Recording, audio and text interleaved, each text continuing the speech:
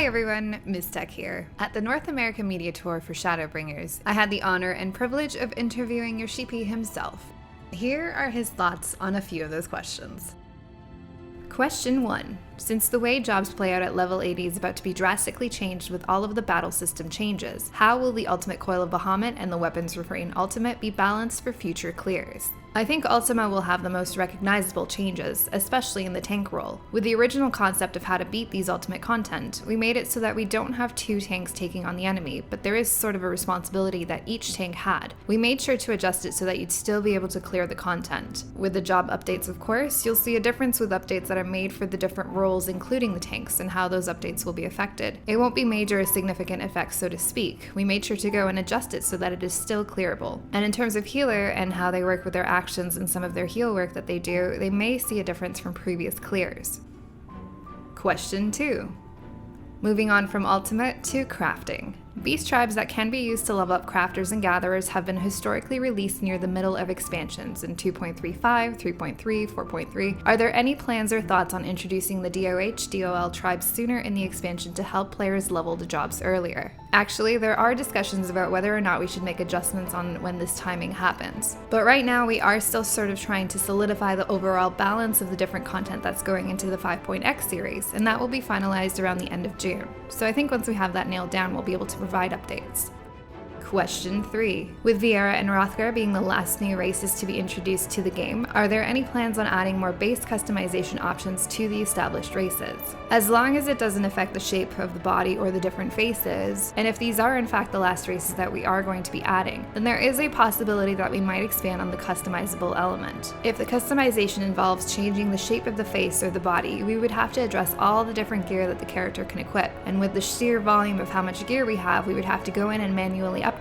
It's quite difficult. Rather than that, we might have to look at it when we cross the bridge, but if it's a customization option that significantly changes the shape of the race's body, I think we would be better off to tackle the challenge of just introducing a new playable race altogether instead.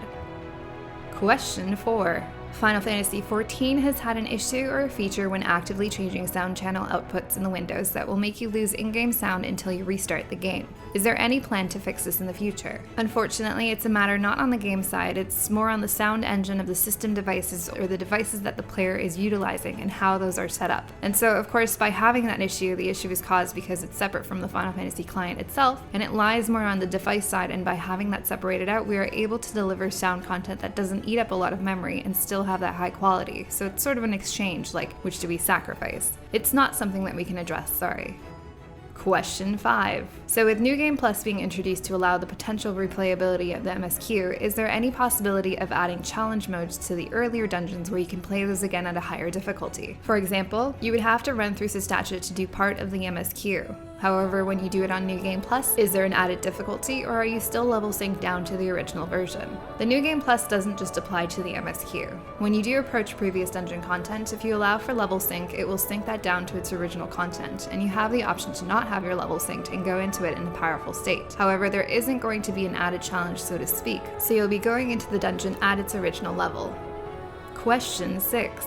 To add on to that last question, are there thoughts of ever creating ever-increasing difficulty mode for those past dungeons, similar to the Mythic Plus system in World of Warcraft? It's something that could possibly be considered, but that means it would take away efforts on creating new content, or the patch cycles might get delayed. It's actually been brought up a few times with regards to WoW and end content like that, and if we were allowed to take as much time as WoW does, we might be able to accomplish something very similar, but we would like to keep our major patch update schedule as we currently have it. It would be difficult to juggle both keeping that consistent schedule and including more difficult content. But we are definitely impressed by the system that WoW does employ in their dungeons, where there are ever-increasing levels and the systems that they have for the gear sets and whatnot. It's really well made. Maybe if we had double the number of people in the battle system team, the battle content team, our QA team, and one more Yoshida. Question 7. Is there any possibility of ever offering higher difficulty 24-man content, either extreme or savage difficulty? When we did Baldesian Arsenal and having that content where a lot of people are going into it at the same time and receiving the feedback that a lot of people did enjoy the content, I think that opened up the possibility for us to consider not just 24-man raids, but content where a lot of people can join in on the raid. Question 8.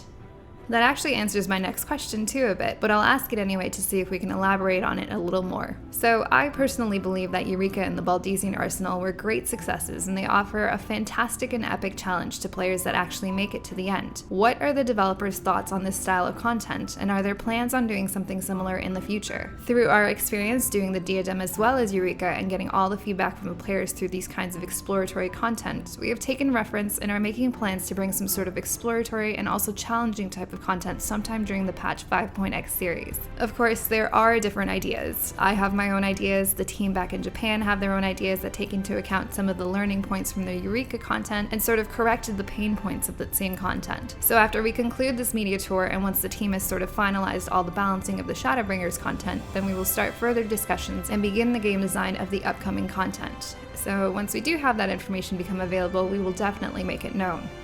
Question 9. Any plans to eventually add Glamour dresser functionality to private housing or apartments? We do acknowledge that there is a request for it, and it's something that we definitely want to make happen, but there are some factors we need to consider. Namely, having multiple people access the dresser at the same time, and the mechanical process behind it is very unstable and risky. If it were private in an apartment or a chamber that is your own and only your own, it is technically possible. But if it's simply an estate being set to private, then there is still that risk of multiple people accessing it, and it ties back to that issue that we have. It's quite difficult to put our finger on it, but we acknowledge that it's something that we want to look into, and it is part of our task list. It might still take some time since we do want to complete other tasks first, and we'll eventually get to the issue. Question 10. Recently, I've been hearing from a lot of new players that the post-ARR MSQ chain is significantly long and can potentially deter them from continuing their journey into Heavensward. Is there any plan to address this issue in the future? We would love to, yes. We'd love to just have another meteor and another calamity and just reset it all, but it is definitely something that is worrisome, and it causes us to be very torn on it, because we want to do it, but when is the appropriate timing? You know, both I and the development team want to focus on bringing new and exciting content, and so of course the plans are there. I think we're just trying to determine when is the best and optimal timing. Question 11.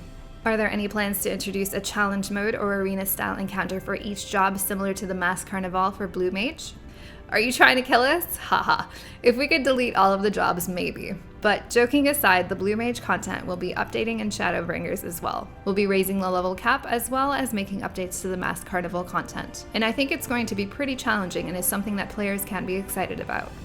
Question 12. Any plans to allow gardening plots in apartments for players who may not have access to crossbreeding otherwise? That would be difficult to make happen in an apartment. That being said, there is a new type of content coming soon that involves something like a farm, and we hope that is something that players can get excited about. Question 13. What are the future plans for treasure maps in Shadowbringers, and is it possible that we'll be able to stack them? Unfortunately, no plans at the moment. The reason for not having them stackable is that the reward associated with having these maps is very high, and that's how we add value to the maps. If we were to enable stacking of the maps, we would have to consider significantly reducing the value that the rewards associated with these have. We do understand that a lot of people have their retainers hold on to their different maps, but that extra hassle is what makes it so valuable. Question 14. Will the story of Eureka continue, or is that over? Yes, it has ended with this last patch. Question 15. The Baldesian Arsenal, having no in-game system to form and coordinate groups, has forced the creation of very intimate communities for each data center that harken back to old-school MMO environments. Personally, I love this perhaps unintentional effect on the community, but I'd love to know the developers' thoughts on this, whether it was intended or expected, and can we hope to see more of this type of content in the future that forces players together in unexpected ways? It was definitely deliberate, not having an in-game system that could form groups. We wanted the players to actively talk to each other, form groups, and make friends even in each data center. We felt that if we had everything prepared system-wise and had prepared some sort of automatic way to match up with people, it sort of takes away from the charm of MMORPGs from the good old days. And of course we have many different convenient elements within Final Fantasy, but they felt it would be nice to sometimes have that extra hassle, and that was the thought pattern that went into Eureka in general. In terms of future plans, we touched upon it earlier with challenging content, but we do have different ideas, but at this current time we can't tell whether or not we'll have exactly this content or not. But we are definitely planning for playable content that is something that is very unlike to what we've been doing in 14, and I think it's something that players can be really excited for. And that concludes my interview with Yoshi-P. If you have any questions or comments, please hit me up at Twitter at MTQcapture.com or on twitch.tv/MTQcapture. As always, thank you so much for watching, and I will see you in 5.0.